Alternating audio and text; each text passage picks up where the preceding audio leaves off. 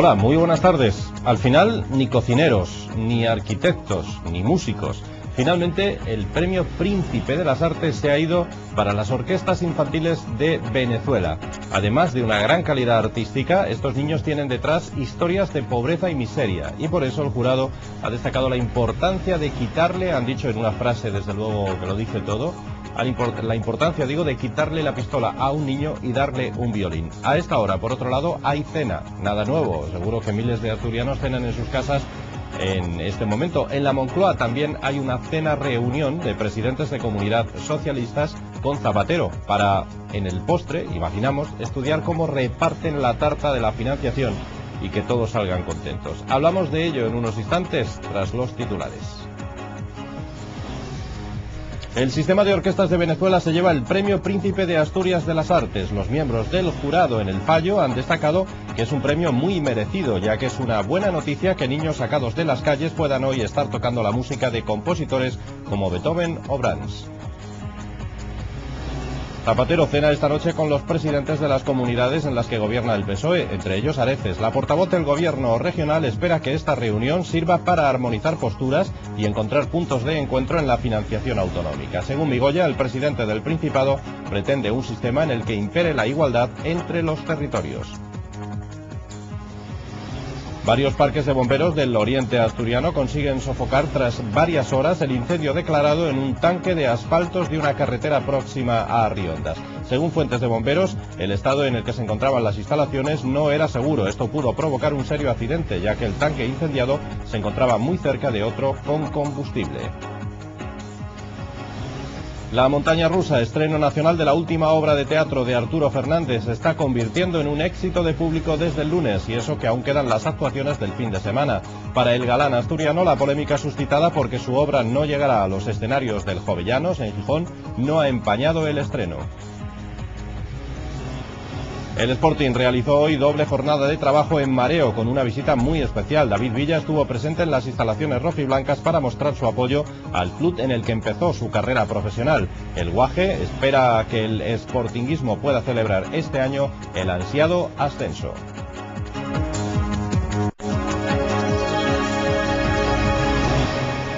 Al final, como les decíamos, las orquestas infantiles y juveniles de Venezuela han sido galardonadas hoy con el premio Príncipe de Asturias de las Artes, cuyo fallo se daba a conocer este mediodía en el Hotel Reconquista de Oviedo. La candidatura del sistema de orquestas creado por José Antonio Abreu, que por cierto ya ha agradecido el premio, se impuso finalmente a las del arquitecto Tadao Ando y la del compositor francés Pierre Boulez, que también llegaron a las deliberaciones finales del jurado. La candidatura ganadora fue defendida por el director de la Orquesta Sinfónica del Principado, la OSPA, Maximiano Valdés.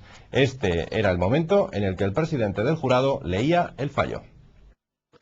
Ha acordado otorgar el Premio Príncipe de Asturias de las Artes 2008 a las orquestas juveniles e infantiles de Venezuela, fundadas por el maestro don José Antonio Abreu, por haber combinado en un mismo proyecto la máxima calidad artística y una profunda convicción ética aplicada a la mejora de la realidad social.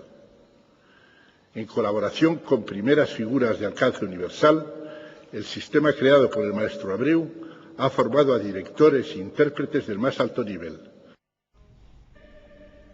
El sistema de orquestas juveniles e infantiles de Venezuela, galardonado con este premio, fue creado por el maestro José Antonio Abreu en el 75 y se ha convertido en un excepcional movimiento social y educativo para la difusión de las artes. Actualmente está compuesto por 120 orquestas juveniles y 60 infantiles. En la iniciativa participan más de 15.000 profesores de diversas nacionalidades que han impartido clases a más de 600.000 jóvenes y niños de todo el país, con especial atención a los de menos recursos económicos. El proyecto se dio a conocer internacionalmente en el 95 y su calidad les ha llevado a viajar y a ser reconocidos por todo el mundo, y han actuado en la sede de las Naciones Unidas y ante el mismo Papa Juan Pablo II. Además de cantar, la organización incluye talleres en los que los niños de la calle aprenden a construir y reparar instrumentos y programas para jóvenes con dificultades de aprendizaje. El jurado ha destacado la importancia de quitarle la pistola a un niño y darle un violín, destacando que es una buena noticia que cientos de miles de niños sacados de las calles, de la pobreza y de la delincuencia puedan hoy estar tocando la música de Beethoven, Brahms o Tchaikovsky.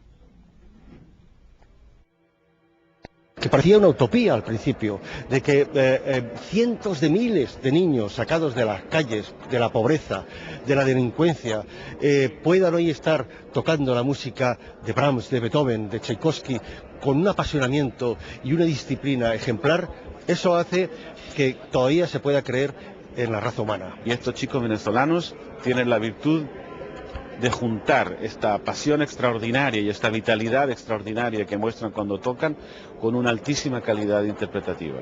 Eso es lo que ha querido premiar el festival en esta edición. Y nos hemos convencido de que es un premio que tiene una gran calidad artística como asociación y encima posiblemente ese grado de crear sobre sí misma, engendrar arte en el arte, y eso nos pareció como bastante conmovente y nos gustaría, bueno, pues eso, que este tipo de premio ayudara a que creciera más este tipo de organizaciones y que fueran incluso emuladas, imitadas, ¿no? Sería interesante.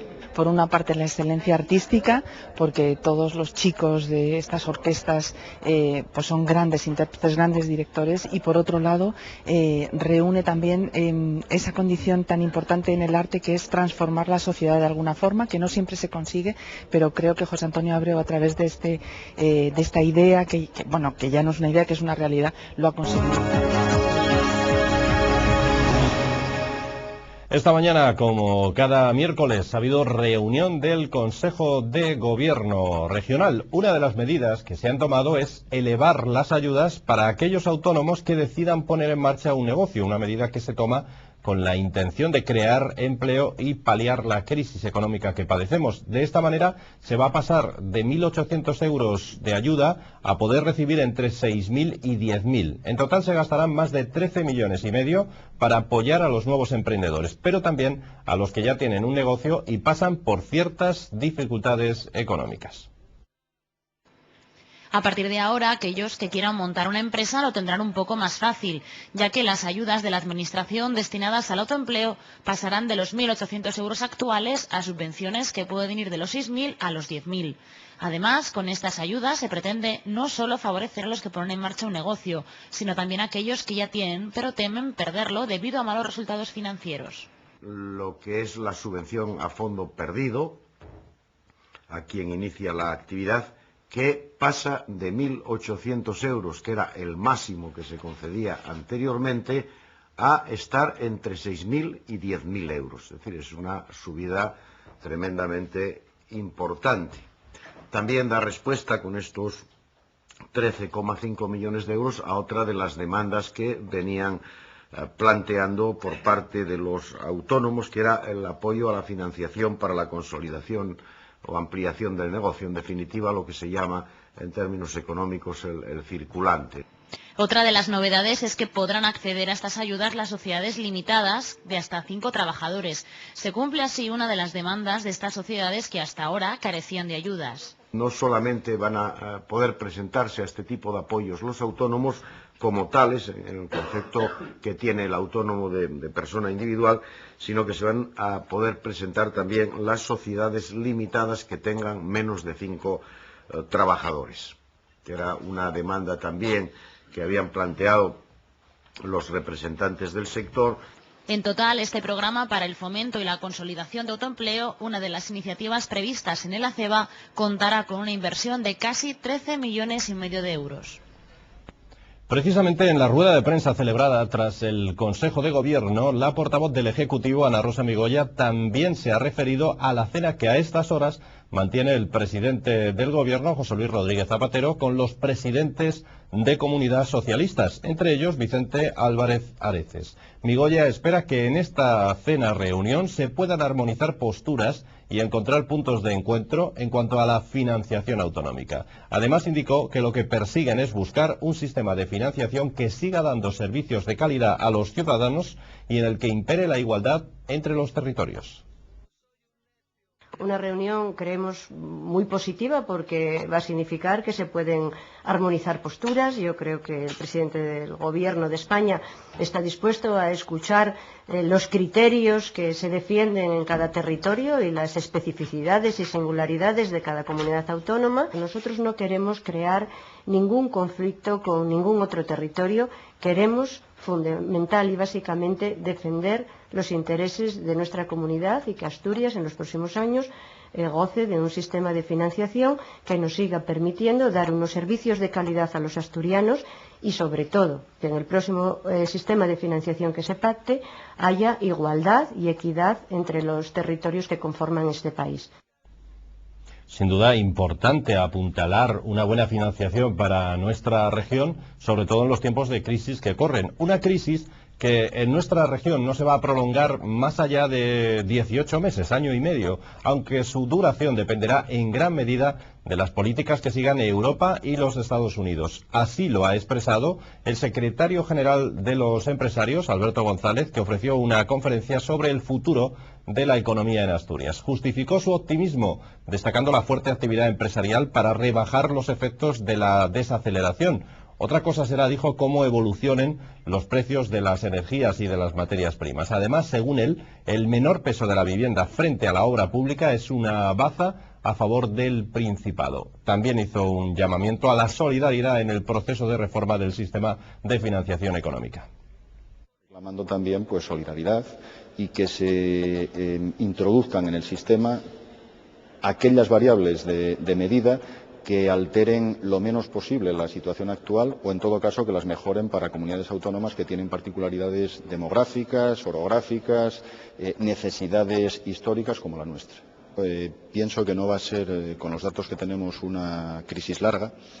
Otra cosa es cómo evolucionan los precios de la energía y de las materias primas que tienen otro origen diferente también. Hay un fuerte tirón de los países asiáticos que se han sumado recientemente a el consumo que había en Occidente y esto está encareciéndolas. Pero en general yo creo que lo que afecta principalmente a nuestra región, a nuestro país también, va a tener una duración relativamente corta, y cuando digo corta digo probablemente no más allá de 16, 18 meses. Precisamente para hablar de la situación económica se han reunido hoy Comisiones Obreras y la Federación Socialista. El secretario general de la FSA, Javier Fernández, apostó por compatibilizar el desarrollo industrial con la preservación del medio ambiente, pero rechazó el que calificó de fundamentalismo medioambiental en relación a las posiciones radicales en contra de las líneas de evacuación de energía desde Asturias. Según Fernández, estas líneas tienen que salir adelante si queremos una región con más empleo y más futuro. Así se lo hizo saber al secretario general de Comisiones, Antonio Pino, y parece que en el tema de la energía están de acuerdo, ya que Pino recordó que la región tiene que exportar ese excedente si no quiere, según sus propias palabras, volver a las cavernas. Por lo que su postura también es crítica con los movimientos que se oponen a determinadas líneas de alta tensión. En el encuentro tuvieron también oportunidad de hablar de industria y de política energética.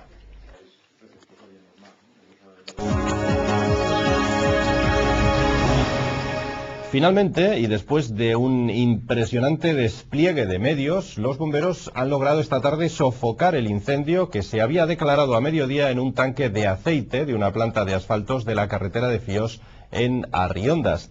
Pudo ser algo más serio, pues las medidas de seguridad de las empresas afectadas eran bastante deficientes. Este es el estado en el que quedó el tanque tras ese incendio. Según fuentes de bomberos de Asturias, el estado en el que se encontraban las instalaciones no era ni bueno ni seguro. Además, el tanque incendiado, en el que había unos 1000 litros, se encontraba muy cerca de otro con combustible. Una vez controlado el fuego, se procedió a taponar una fuga detectada en un depósito de betún cercano también al tanque incendiado. Durante toda la tarde, efectivos de bomberos han estado en la zona realizando labores de refrigeración por si se reavivaba el fuego. La rápida intervención y la labor realizada por los bomberos han impedido que este se propague a otros depósitos cercanos. En las tareas de extinción participaron equipos de 3 parques de bomberos, de Cangas de Onís, de Piloña y de Llanes.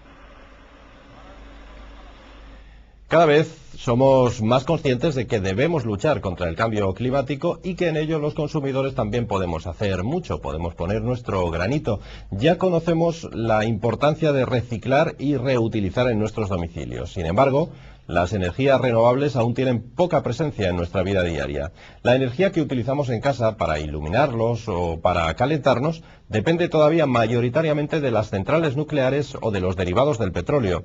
Para que particulares y empresas conozcan más sobre otro tipo de energías, como la solar o la geotérmica, se ha celebrado estos días la feria de Expoenergía en La Felguera. 30 empresas de la región se han dado cita estos días en Expo Energía para informar a los visitantes sobre las calderas de biomasa, los paneles solares, los aerogeneradores y otras formas de conseguir energía de un modo sostenible. Uno de los stands que más curiosos congregó fue el de Geoki, una empresa obetense de energía geotérmica. Tiene unas grandes ventajas, que es un gran ahorro energético y de dinero, porque nos proporcionan pues alrededor de 5 veces más energía térmica de la que consumen. Y es que parece que cada vez somos más conscientes de lo eficaces que son este tipo de energías, como ocurre con la solar. Y desde hace unos años, bueno, pues la gente ya va tomando conciencia, se van haciendo instalaciones, las instalaciones cumplen las expectativas y como consecuencia de eso te vas ganando la confianza del consumidor final, ¿no?, que es de lo que se trata. Aunque siempre hay nuevos inventos que nos sorprenden, como esta trituradora, cuyo propósito es reciclar madera. Bueno, esta trituradora sirve para deshacer los desechos que quedan tanto forestales como en carpinterías y aserraderos. Y todos esos desperdicios, la máquina esta se tritura y sirve para hacer después pues compost. Una de las novedades de esta sexta edición de Expo Energía es el Climabús, una exposición itinerante que ha visitado toda España con el propósito de concienciar a la ciudadanía sobre lo que supone el cambio climático. Mientras, en Coyoto, las obras para recuperar el edificio catalogado de la antigua fábrica del Águila Negra se encuentran paradas de momento. En el mes de octubre, la Junta de Gobierno local aprobó el requerimiento a Gestión Nora, empresa propietaria del edificio, para la presentación de un proyecto de ejecución de las obras necesarias para garantizar la conservación del inmueble. Pero Gestión Nora presentó un recurso solicitando la suspensión del acuerdo del Ayuntamiento de Siero, porque uno de los apartados era que si en 2 meses no presentaba el proyecto se le multaría. Desde el Juzgado de lo Contencioso Administrativo de Oviedo se mandó paralizar la rehabilitación del edificio, desestimando las alegaciones del Ayuntamiento de Siero, que advertían de posibles daños irreversibles, porque según el juzgado no se encuentra en situación de ruina. Vamos a mostrarles ahora imágenes y algunas de ellas tienen a ustedes mismos como protagonistas. Son imágenes que han sido portada de la prensa o imágenes que han quedado relegadas a un cajón y que ahora salen a la luz. Un recorrido por lo más curioso que ocurrió en Asturias durante el 2007. Eso es lo que muestra estos días en el Palacio Conde Toreno de Oviedo, lo que muestran 37 fotoperiodistas. Entre esas fotografías hay alguna relacionada, como decíamos, con nuestros espectadores y con la lucha de Teleasturias, que sigue sin licencia y por tanto abocada al cierre. Son las particulares miradas de los fotógrafos protagonistas de esta exposición. Fue un instante, pero alguien estaba allí para plasmarlo. Por eso hoy podemos comentar tras verla la imagen de Al Gore al pillarse la mano al cerrar la puerta de su coche en su visita a Asturias. También recordamos que alguien increpó al consejero Francisco Javier García Valledor por no hacer suficiente ante el cierre de Teleasturias en una de las concentraciones. Otra imagen, la de uno de los primeros bebés asturianos con DNI o una historia, la de los sindicalistas Cándido y Morala tras las rejas al ser encarcelados por sus protestas laborales. Todas quedarán para el recuerdo que ahora han recogido 37 fotoperiodistas asturianos y que muestran a través de 95 instantáneas, 95 miraes que estos días se pueden ver en el Palacio Conde de Toreno de Oviedo. Es un recorrido de lo que sucedió en la región durante 12 meses. Algunas fueron portada de periódico, otras quedaron en el archivo personal de los fotógrafos y ahora, y por 4º año consecutivo, toman forma también en forma de libro.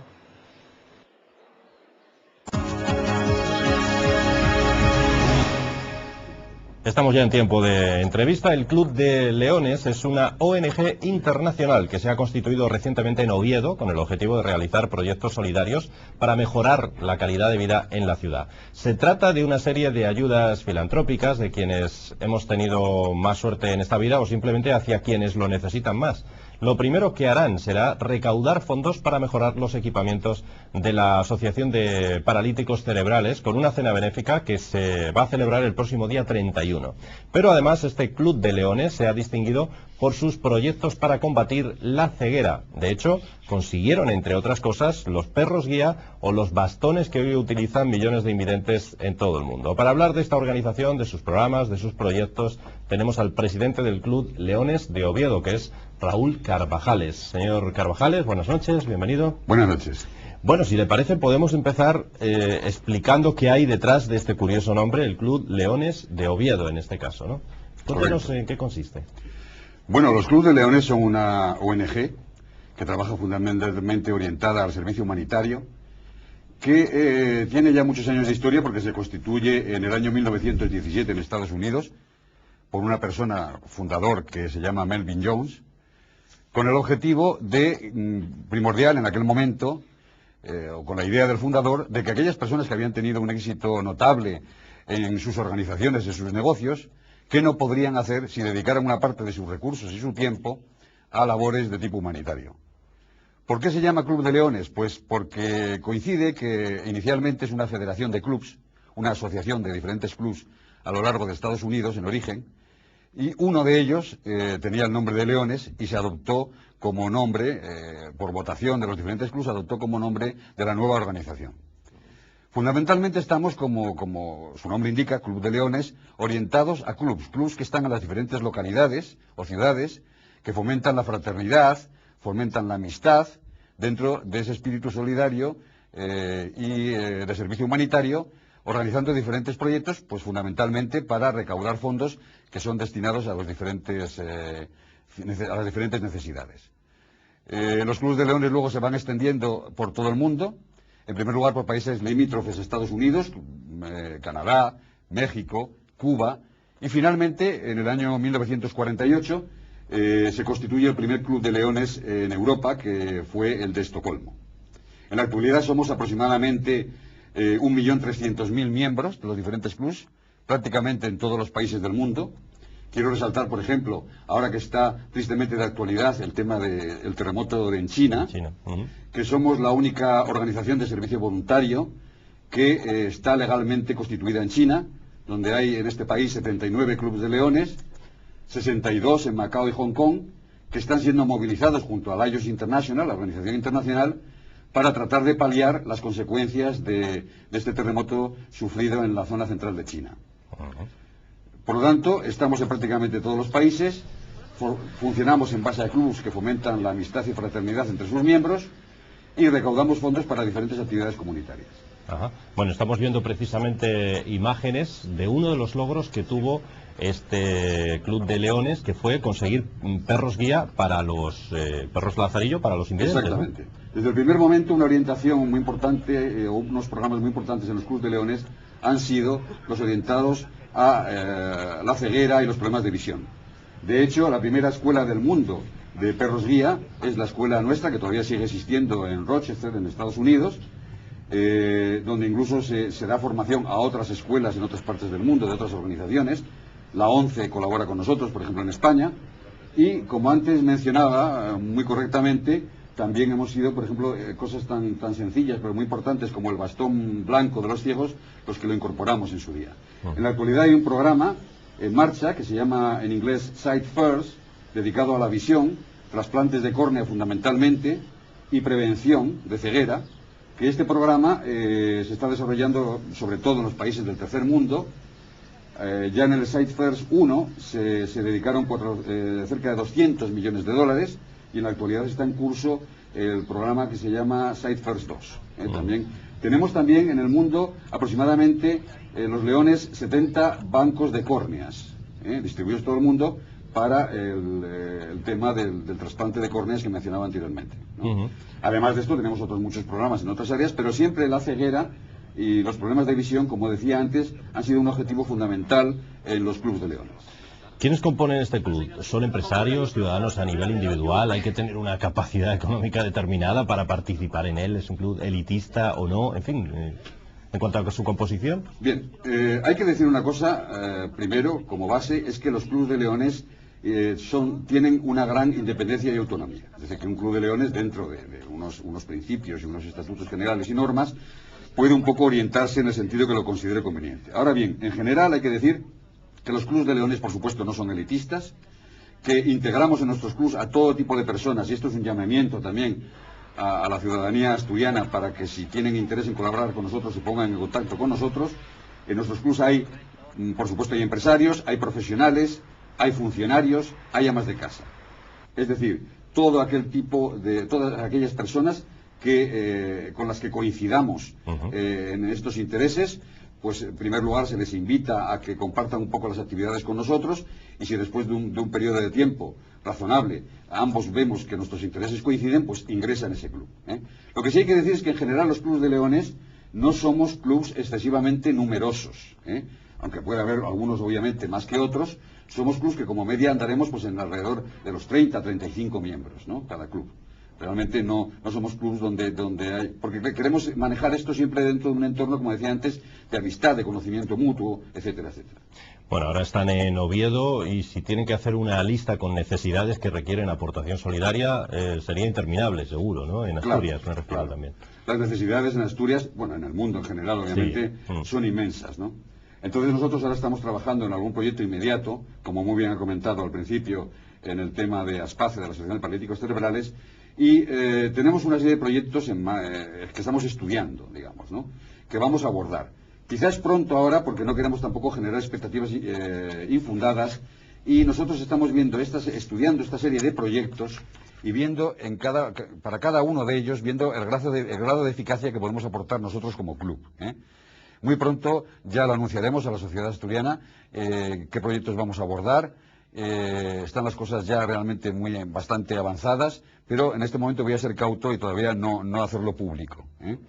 Nosotros lo que sí tenemos ahora son algunas cosas inmediatas que estamos haciendo. Repito, el día 31 de mayo hay una gala benéfica que se celebra en el Hotel Balneario de Las Caldas.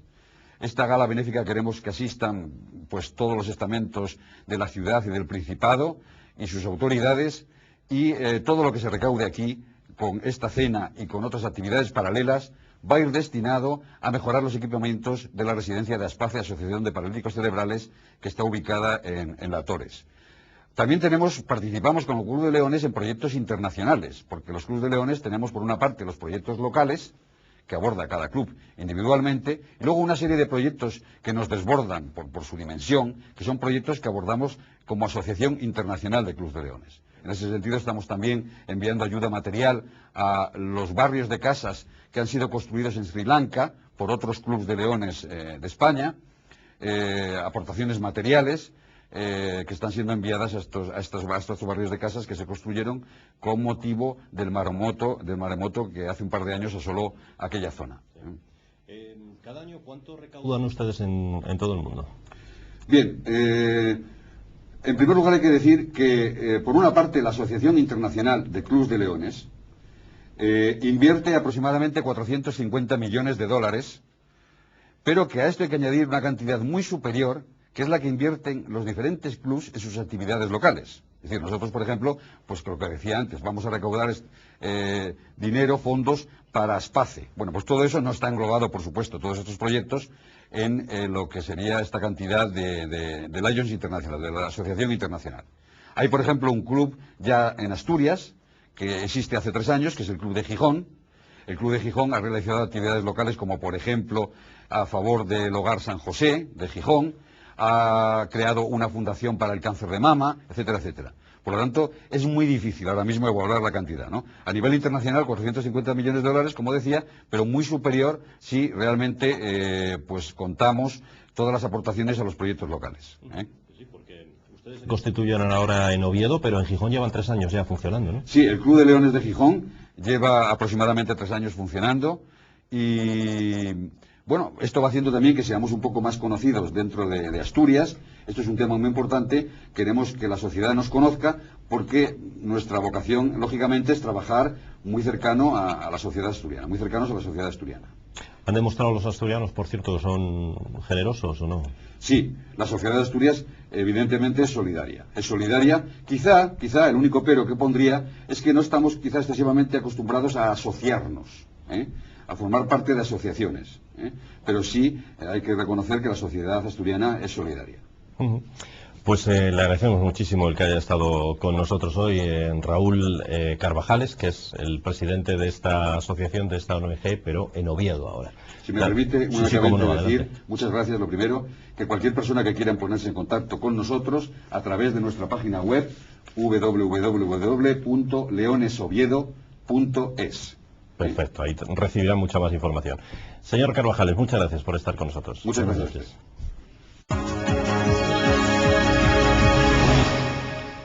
Solo han pasado 2 días desde su estreno y muchos coinciden en que La montaña rusa, la última obra de teatro protagonizada por Arturo Fernández, es todo un éxito, al menos de público, y eso que aún quedan las actuaciones de este fin de semana en las que se concentra el mayor número de gente. Para el galán asturiano, la polémica suscitada estos días porque su obra no llegará a los escenarios del Teatro Jovellanos en su Gijón natal, no ha empañado la representación de su última comedia. Arturo Fernández está representando en el Teatro Campoamor de Oviedo La montaña rusa, una comedia divertidísima pero muy realista que protagoniza con Carmen del Valle.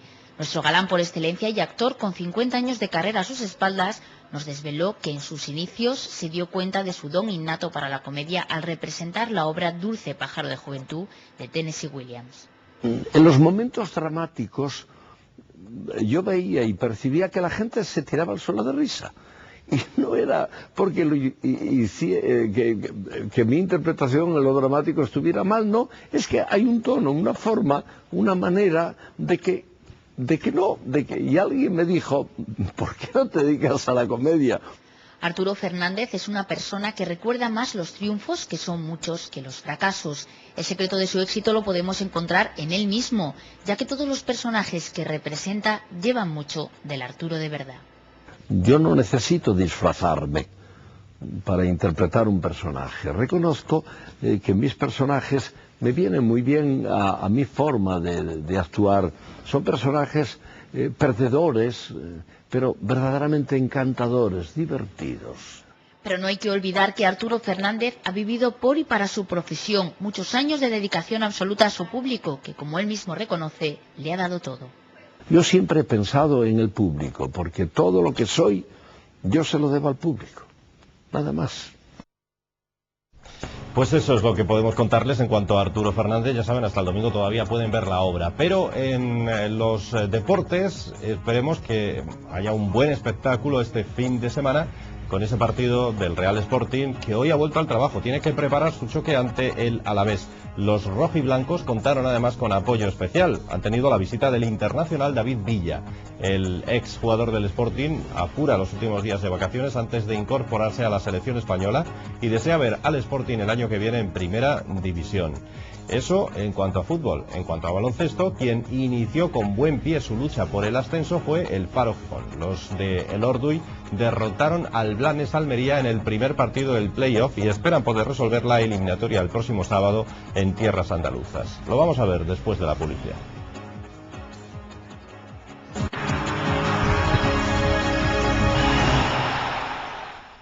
La moral está muy alta en los alrededores del Molinón y de Mareo. El Sporting volvía hoy a los entrenamientos pensando en el choque del próximo domingo en Mendizarroza. El campo vitoriano espera un gran ambiente con Mareona incluida, ya que unos 4.000 sportinguistas viajarán para apoyar a los suyos. De hecho, el Comité Antiviolencia ha declarado el partido como encuentro de máximo riesgo. El Sporting tuvo hoy doble sesión de trabajo para preparar el choque ante el Alavés. Finalmente parece que Matabuena recibirá la alta médica mañana tras haberse incorporado a los entrenamientos con el grupo. La duda surge ahora en si Iván Hernández seguirá en el centro del campo o retrasará su posición al centro de la defensa. El madrileño aún no sabe lo que decidirá Preciado, pero señala que quizás Matabuena y él tienen un perfil más parecido. No lo sé, eso lo tendrá que decir el míster, no sé, yo ya he jugado con Mata y bueno, y es que tampoco te puedo decir mucho más. Tema de si seguirá ahí, no seguirá ahí, voy de central, no voy. Bueno, quizá Matabuena se asemeja un poco más a mí en la función en el medio del campo. Y bueno, luego está Michel, de Lucas, Marcos, que a lo mejor pues dentro del medio del campo hacen otra función, ¿no? Quizá un poco más ofensiva. El Alavés, que actualmente se encuentra en posición de descenso, llega al choque necesitado de puntos para salvar la categoría. Es unido a la calidad de algunos de sus jugadores, le hace ser un rival complicado. Por la situación y porque tienen buenos jugadores, yo creo, dentro de la plantilla. Lo que pasa es que, bueno, esto es muy largo y no se les... A estas alturas de la temporada pues tampoco están salvados y quizá vengan con la presión añadida de que juegan en casa y que tienen que ganar. Mendizarroza registrará una gran entrada el domingo, gracias sobre todo al nuevo desplazamiento masivo de la afición rojiblanca. Se calcula que unos 4.000 sportinguistas estarán presentes en Vitoria. Estos jugadores del Sporting han tenido hoy una importante visita para animarles en ese camino al ascenso a Primera División. Esta mañana pasaba por mareo David Villa, el exjugador del Sporting, ahora en las filas del Valencia, vio el entrenamiento y mostró su apoyo al club de sus amores en la lucha por ese ascenso. El Guaje también habló de la próxima Eurocopa, en la que estará presente con la selección española. Yo creo que tenemos una selección totalmente competitiva para poder ganar a cualquiera, así lo hemos demostrado, pero bueno, luego en una Eurocopa pues hay muchas cosas, ¿no? Como nos pasó en el Mundial, que un día malo nos envió para casa a pesar que estábamos haciendo un gran Mundial y habrá que estar atento a todo. Yo creo que todos los equipos que van tienen jugadores y plantilla para ganarla y nosotros somos uno de ellos. Mucha alegría, sufriendo mucho, muchos partidos que se pueden ver, pues tanto en la televisión valenciana o la catalana, las que se cogen allí o cuando lo televisa Canal Plus. Y bueno, sufriendo, pero bueno, como todos vosotros, ¿no? Con alegría de que este sufrimiento pues al final sirva para que estén primero otra vez y poder venir a jugar aquí el año que viene. Yo creo que ahora mismo están segundos, llevan una trayectoria muy buena y bueno, también coincide que a diferencia de otros años, pues quizás los rivales no están tan fuertes, ¿no? Cuando ellos fallan, pues los rivales también fallan, que fue el caso de, sobre todo, pues aquel primer año que no se consiguió, que los rivales estaban muy fuertes. Yo creo que este año va a ser porque estoy convencido que van a ganar este domingo en Vitoria, que es un partido clave, y luego pues ya con aquí la gente en el Molinón pues conseguirá los puntos necesarios para ascender. Dejamos el apartado futbolístico, nos vamos al baloncesto, donde el Faro Gijón obtuvo una victoria fácil en el Palacio de Deportes ante el Blanes Almería. Los gijoneses se quedan así a una victoria de eliminar a los almerienses, algo que esperan conseguir el sábado que viene en tierras andaluzas.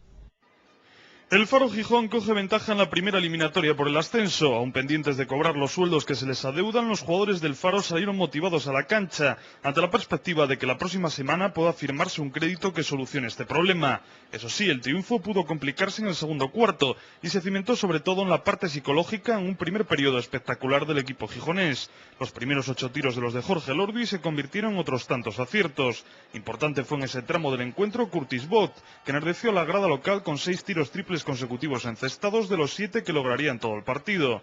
En menos de 4 minutos, el Faro se puso con 21-9 a su favor en el electrónico. En el segundo cuarto, los almerienses enchufaron al partido y aplicaron una presión muy agobiante en todo el campo, hasta ponerse por delante en lo que fue su única ventaja del partido. Y en la segunda parte, ambos aflojaron su presión y por un largo rato el partido se convirtió en un correcalles en el que el Gijón Baloncesto tuvo algo más de concentración en defensa y manejó muy bien el contraataque. El inicio del último cuarto marcó la máxima ventaja para los locales, 16 puntos. A partir de ahí, el Faro se dedicó a administrar esa renta ante un Blanes que no fue capaz de remontar. El próximo choque de la eliminatoria, que se decide al mejor de 3, se disputará en Almería el sábado que viene. Nos vamos ahora al mundo del alpinismo, nos vamos muy alto para centrarnos en la montañera asturiana Rosa Fernández. Y es que la canguesa conseguía ayer sumar una nueva cota a su amplio currículum. Llegaba a la cima del Llotse en la cordillera del Himalaya, convirtiéndose así en el primer deportista asturiano que lo logra. Rosa Fernández sumó un nuevo éxito en su palmarés al coronar su cuarto 8000. La montañera asturiana ha hecho cumbre en el Llotse, la cuarta cima más alta del planeta, con 8.511 metros de altitud sobre el nivel del mar, culminando así una aventura que no ha estado exenta de dificultades, motivadas en gran parte por las estrictas medidas de seguridad desplegadas por el gobierno chino en torno al Everest, y que afectó a numerosas expediciones, entre ellas la de Rosa, que tuvo que aguardar días hasta que fuese posible iniciar la ascensión. En cualquier caso, Rosa Fernández ponía el broche final a su reto ayer a las 4:30 de la madrugada hora española. Había partido del campo 2 el día anterior a 6.500 metros de altitud. Hacía mucho viento y las condiciones meteorológicas complicaban la ascensión hasta el campo 4. Agotada por el esfuerzo, Rosa tuvo que descansar unas horas. También aprovechó en ese campo para comer algo y así recuperar fuerzas. Sin dormir, acompañada por su Sherpa, retomó la subida a la cumbre. Eran las 8:30 de la mañana, hora de allí, cuando coronó la cuarta cima más alta del mundo, convirtiéndose en el primer deportista asturiano que lo consigue. Hoy mismo, después de descansar toda la noche, tenía previsto regresar al campo base atravesando de nuevo el siempre delicado tramo de la cascada del Kumbu. Con la conquista del Llotse, Rosa Fernández ya tiene en su haber 4 8000. Comenzó en 1997 ascendiendo al Gasebur II, siguió con el Makalu, al año siguiente oyó el Everest y por el momento ha concluido ayer con el Llotse. Cerramos la información deportiva hablando de hockey sobre patines, concretamente del Viesca, porque las gijonesas comienzan a disputar mañana en Portugal la segunda edición de la Copa de Europa, de la que son vigentes campeonas. Repetir el título será difícil, pero las de Fernando Sierra irán a por todas. El Viesca Gijón, actual campeón de Europa, conoció el sábado pasado los rivales para la disputa de la segunda edición de esta competición femenina de hockey sobre patines, que se celebrará en la localidad portuguesa de Meallada, desde mañana jueves hasta el próximo domingo. Los equipos que participan son el Voltregá, Mataró, Gerringen, Meallada, Fundação, Noisy, Legrand y Coutras. El grupo A está formado por Viesca Gijón, Mataró, Noisy y Fundação, mientras que el B lo componen el Voltregá, el Gerringen, el Meallada y el Coutras. El equipo gijonés inaugurará la competición europea el jueves ante el Mataró. Al día siguiente jugarán ante el Fundação portugués y el Noisy francés. Los dos primeros equipos de cada grupo disputarán los cuartos de final el sábado a las 4:30 hora portuguesa. Las semifinales se jugarán a continuación. El tercer y cuarto puestos y la final se jugarán el día 25 a las 6 y 7:30 respectivamente. Fernando Sierra, entrenador del Viesca Gijón, dispone de la plantilla al completo y afronta el reto con la ilusión de revalidar el título europeo. Sabe que están encuadrados en un grupo muy fuerte y ante rivales que fueron campeones en sus respectivos países, pero quiere ir partido a partido para intentar llegar a lo más alto.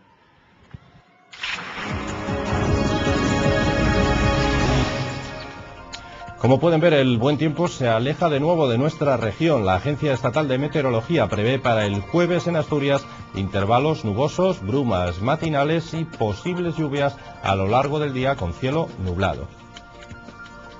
Las temperaturas van a estar ligeramente más altas a pesar de ello que en días anteriores, sobre todo las máximas, que oscilarán entre los 18 y los 20 grados, las mínimas entre 11 y 14 grados.